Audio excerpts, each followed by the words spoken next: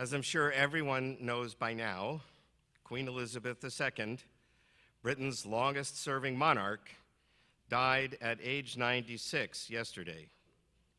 There has been a lot of news coverage reviewing the history of her historic reign as Queen of England for over 70 years. Of course, Netflix offered viewers a multi-season epic docuseries over her life over the last few years. I think it's still going on. I'm not going to summarize 70 years of her royal presence this evening, but I do want to focus on two questions. The first is the pervasive Jewish question at times like this. What was the significance of her relationship with the Jewish people? We always seem to want to know how we fit into the picture. Perhaps it's because we're such a tiny minority in the world, we want to point out to ourselves and others that we nevertheless have had an impact on events in history. And the second question is, why has Queen Elizabeth garnered such attention, indeed admiration, in a post-monarchic world? Queen Elizabeth was born with the name Elizabeth Alexandra Mary Windsor on April 21st, 1926. Her father, Prince Albert, Duke of York, became King George VI in 1937, thus elevating Elizabeth to the status of successor to the throne at age 10. And at age 14, on October 13th, 1940, in the midst of World War II, she made her first public address on the radio. Thousands of British children had to leave their homes for safety during the war, but Elizabeth and her sister remained in London. And in her radio address, Elizabeth wanted to reassure the children who left their homes that they were not forgotten and to offer them comfort in this distressing time. Here's part of what she said. I am sure that you too are often thinking of the old country. I know you won't forget us. It is just because we are not forgetting you that I want, on behalf of all the children at home, to send you our love and best wishes to you and your kind hosts as well. Before I finish, I can truthfully say to you all that we children at home are full of cheerfulness and courage. We are trying to do all we can to help our gallant sailors, soldiers, and airmen, and we are trying, too, to bear our own share of danger and sadness of war. We know, every one of us, that in the end, all will be well, for God will care for us and give us victory and peace.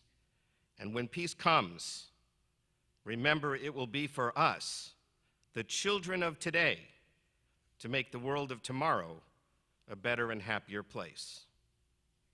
A remarkable message for a 14-year-old. And I think it was that radio message that prompted Anne Frank, just a couple of years later, to write about the princess in her diary, whom she called Kitty. On April 21st, 1944, Anne Frank wrote the following: Dear Kitty, yesterday afternoon, I was lying in bed with a sore throat. I got up again today. It's the 18th birthday of Her Royal Highness Princess Elizabeth of York. The BBC has said that she will not be declared of age yet, though it's usually the case with royal children. We have been asking ourselves what prince this beauty is going to marry, but cannot think of anyone suitable. Anne Frank was only about 3 years younger than Elizabeth, and obviously she felt some connection to the princess, whose optimism for humanity Anne shared. In November 1947, Elizabeth married Philip Mountbatten, a former prince of Greece and Denmark. Philip's mother was Princess Alice of Battenberg. Alice lived in Athens during the war and happened to shelter a family of Jews in her home right under the nose of the Nazi Gestapo. She was actually called in for questioning, but she refused to divulge the fact that she was sheltering Jews in her home. Her son Philip, meanwhile, served in the British Navy fighting the Nazis. Alice asked to be buried in Israel upon her death, and in 1988, 19 years after her death, Princess Alice's coffin was transferred to the crypt in Gethsemane on the Mount of Olives in Jerusalem. In 1993, for her bravery in sheltering Jews, Alice was bestowed the title of Righteous Among the Nations by Yad Vashem. By the way, remember that Alice was the grandmother of the person who's now King of England, King Charles III. The Jewish community of England offered a prayer for the Queen every Shabbat morning, just as we offer a prayer for the government of the United States here at Beth Yeshurun.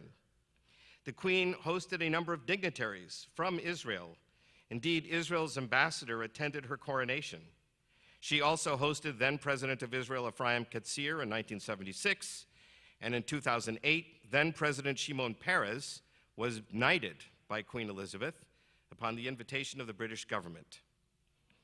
But during her entire reign as queen for over 70 years, she never visited Israel herself, despite visiting dozens of other countries. This was clearly considered with some dismay by British Jewry, even as they enjoyed an otherwise cordial relationship with the Crown. In the year 2000, Elizabeth inaugurated Britain's first permanent memorial to the Holocaust. She served as the patron of the UK Holocaust Memorial Day Trust from its establishment in 2005 until she passed it on to Prince Charles, now King Charles, in 2015. On January 27, 2005, on the 60th anniversary of the liberation of Auschwitz, Queen Elizabeth hosted a group of Holocaust survivors in St. James Palace in the center of London. And as she mingled with the survivors, one of her aides informed her it was time to wrap up the event. Instead, the Queen continued to talk and to listen and to reassure. Rabbi Lord Jonathan Sachs was present and later recounted, when the time came for her to leave, she stayed and stayed. One of her attendants said that he had never known her to linger so long after her scheduled departure. She gave each survivor, and it was a large group, her focused, unhurried attention. She stood with each one until they had finished telling their personal story. It was an act of kindness that almost brought me to tears, Lord Sachs said. One after another, the survivors came up to me in a kind of trance, saying, 60 years ago, I didn't know if I would be alive tomorrow, and here I am today talking to the Queen. It brought a kind of blessed closure into deeply lacerated lives. Upon her death, Jewish leaders all over the world expressed their condolences. Israeli Prime Minister Yair Lapid wrote, "She leaves behind an unparalleled legacy of leadership and service. May her memory be for a blessing." President Isaac Herzog, who has Irish heritage, called the Queen a historic figure. She lived history. She made history. And with her passing, she leaves a magnificent inspirational legacy. Throughout her long and momentous reign, the world changed dramatically, while the Queen remained an icon of stable, responsible leadership and a beacon of morality, humanity, and patriotism. In her life and in her service to her people, the Queen embodied a spirit of integrity, duty, and ancient tradition. There are other stories in the Jewish press about her relationship with the Jewish community in England and around the world, but I want to turn for a moment to the second question I asked. What is the legacy of Queen Elizabeth that has enchanted people so much, even people who are not part of the British Commonwealth? And I think that President Herzog captured at least one essential reason for this outpouring of affection. She lived so long, had seen so much, and through it all maintained an atmosphere of dignity, humanity, and stability. Through the upheaval of the aftermath of World War II, to the dismantling of the British Empire, the restructuring of international affairs, including recently Brexit, and all of the turmoil of the last 70 years, she has been a symbol of history, steadiness, strength, and reassurance. And in a way, I think that is really what the Jewish tradition does for us. Our rich history is perhaps 3 times as old as the entire history of the British Empire. Our rituals and holidays and our sacred texts, the Bible, the Talmud, the codes of law, and all the commentaries, they anchor our lives in a continuous cycle that provides meaning and guidance and hope for an ever better future for our people and for the world. Thankfully, we haven't had a king or a queen since Second Temple times. And even when we did have a monarch, they often were corrupt and, well, not the best role models, to say the least. But we did have prophets who spoke the truth and encouraged our people to be kind and just, fair and honest. We had sages and then rabbis who spelled out in greater detail how to do that, how to aspire to a life of goodness. And each generation has built on the one that came before. And we are surely blessed today in our generation to have a Jewish state again, an anchor that we lost 2,000 years ago. The Jewish people have survived and found stability in our heritage, our sacred texts, and our way of life. We have not been dependent on one person, but rather on the entire Jewish people.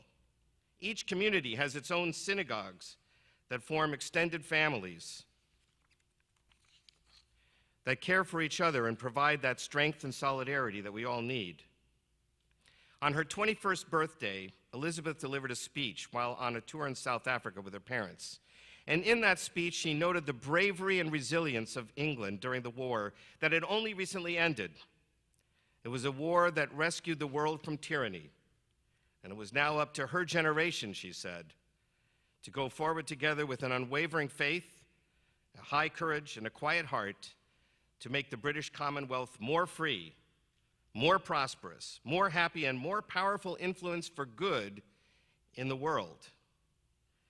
She said, "I declare before you all that my whole life, whether it be long or short, shall be devoted to your service and the service of our great imperial family to which you all belong. But I shall not have strength to carry out this resolution unless you join in with me. And I now invite you to do that. I know that your support will be unfailingly given. God help me to make good my vow, and God bless all of you who are willing to share in it."